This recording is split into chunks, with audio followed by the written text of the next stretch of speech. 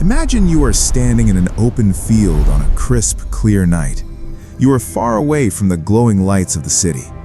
You look up, and the sky is an ocean of twinkling stars. It is a beautiful, peaceful, and totally everyday experience. You point at a distant star and wonder, is anyone out there looking back at me? It is a deeply human thought. We have always assumed that because the universe is so unimaginably vast, it simply must be teeming with life. Alien empires, galactic federations, bustling trade routes between stars. But then, you zoom out. You look really closely at that vast cosmic ocean, and a sudden, overwhelming wave of existential dread washes over you. Because when we listen to the stars, we do not hear the bustling sounds of a galactic civilization. We hear absolutely nothing. The universe is dead silent. This makes absolutely no sense. Statistically speaking, the universe should be a crowded, noisy place. So where is everybody? Are we the cosmic weirdos? Or is there a horrifying reason why the night sky is so quiet? Welcome to the ultimate cosmic mystery. The Fermi Paradox. Are we the first civilization in the universe?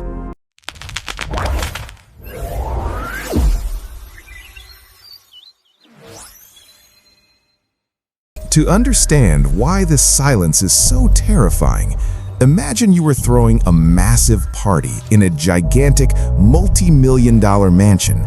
You sent out billions of invitations. You know for a fact that the Postal Service delivered them. You know your friends like to party. But the clock strikes midnight, and you are standing there completely alone, holding a plastic cup of punch. This is essentially the Fermi Paradox, named after the physicist Enrico Fermi. The math strongly suggests our cosmic mansion should be totally packed. Let's do the numbers. There are roughly 400 billion stars in the Milky Way galaxy alone, and there are up to 2 trillion galaxies in the observable universe. That means there are roughly 20 billion trillion stars out there. Even if life is incredibly rare, even if only a tiny fraction of those stars have planets, and only a tiny fraction of those planets are in the habitable Goldilocks zone, and only a fraction of those develop life, there should still be millions of advanced alien civilizations right in our galactic neighborhood. Furthermore, our solar system is relatively young. The universe is 13.8 billion years old. Earth is only about 4.5 billion years old.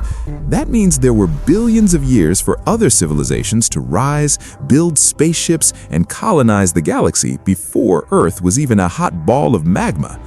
If a civilization had just a tiny head start of a few million years, they could have easily colonized the entire Milky Way by now using self-replicating probes. They should be everywhere. So again, the doorbell should be ringing, but the mansion is empty. Why? This is where the existential dread truly sets in, because when we try to solve the Fermi Paradox, the most logical answer is something called the Great Filter.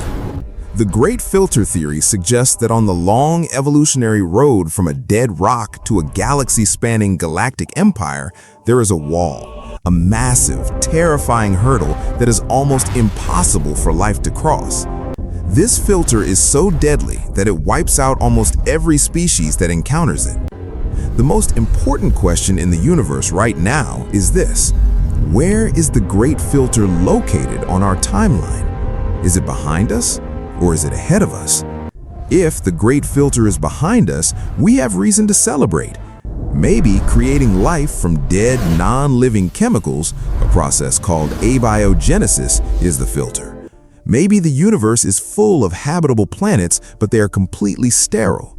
We won the cosmic lottery just by existing. Or maybe the filter was the jump from simple single-celled bacteria to complex multicellular animals.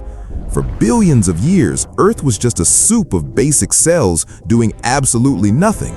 The leap to complex life might be a freak accident of nature that almost never happens anywhere else. If this is true, we are the rare miracle survivors. We are the exception to the rule. But what if the great filter is ahead of us? If the filter is in our future, it means life naturally evolves, becomes intelligent, builds technology, and then, without fail, destroys itself every single time. This is why finding alien life would actually be the worst news in human history. If we go to Mars and find fossilized bacteria, that is bad. It means creating life is easy. If we go to a distant star and find the ruins of an ancient, extinct alien civilization, that is apocalyptic. It would mean the filter is not behind us. It would mean that whatever killed them is still waiting for us. What could this future filter be? The possibilities are as varied as they are terrifying. Perhaps the moment a civilization unlocks the power of the atom, they inevitably wipe themselves out in a nuclear holocaust. Perhaps the filter is climate collapse.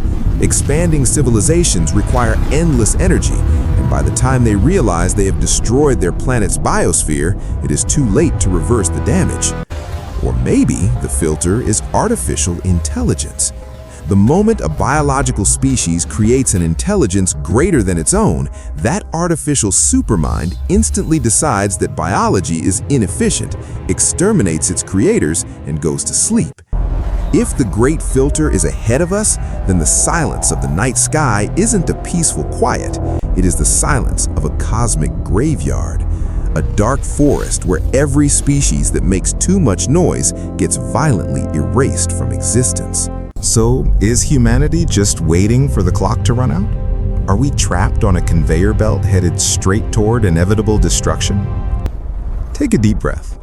There is another solution to the Fermi Paradox, and it is incredibly hopeful. It is called the Earlyborn Hypothesis. We think of the universe as being very old. 13.8 billion years is a long time. But in the grand scheme of the cosmos, the universe has barely just begun. The universe will continue to form new stars for trillions of years. If the lifespan of the universe were a single calendar year, we are currently living in the first fraction of a second of January 1st. For the early part of cosmic history, the universe was a chaotic, violent mess. Gamma-ray bursts were constantly sterilizing entire galaxies. Supermassive black holes were spewing deadly radiation. It was an incredibly hostile environment for squishy, delicate biology. It is very possible that the universe only recently calmed down enough for complex life to survive long enough to build a civilization. What if the reason we don't see any ancient, galaxy-spanning alien empires is because we are the ancients? Someone has to be the first. Someone has to be the elder race. Why not us? This shifts the entire perspective. We are not late to the cosmic party. We are the very first guests to arrive, and we are the ones who have to turn the lights on and set up the speakers. If we are the first, it means the great filter isn't a guaranteed death sentence. It is just a difficult test. And humans are incredibly good at passing tests when our survival is on the line. We have the agency to not nuke ourselves. We have the intelligence to solve climate change. We have the foresight to align artificial intelligence with our values. If we can survive our technological adolescence, the entire universe is ours to explore. We could be the ones who seed dead worlds with life. We could be the ones who build Dyson spheres around stars and construct utopias in the void. We could become the benevolent precursor aliens that future civilizations will look up at the sky and wonder about. Looking up at a completely empty night sky can be a terrifying experience. It is easy to feel isolated. It is easy to feel like our squabbles and problems are utterly meaningless in the face of an indifferent, dead void. But that is the core of optimistic nihilism. If the universe has no grand plan, and if there is no galactic federation coming to save us, then we are completely free to write our own destiny. An empty universe is not a graveyard. It is a blank canvas. It is a house that has just been built, waiting for us to move in and decorate. The silence of the stars isn't a threat, it is an invitation. We just have to make sure we survive long enough to answer it. What do you think? Are we completely alone in the universe, or is someone out there silently watching us? Let us know what you think down in the comments. Thanks for watching.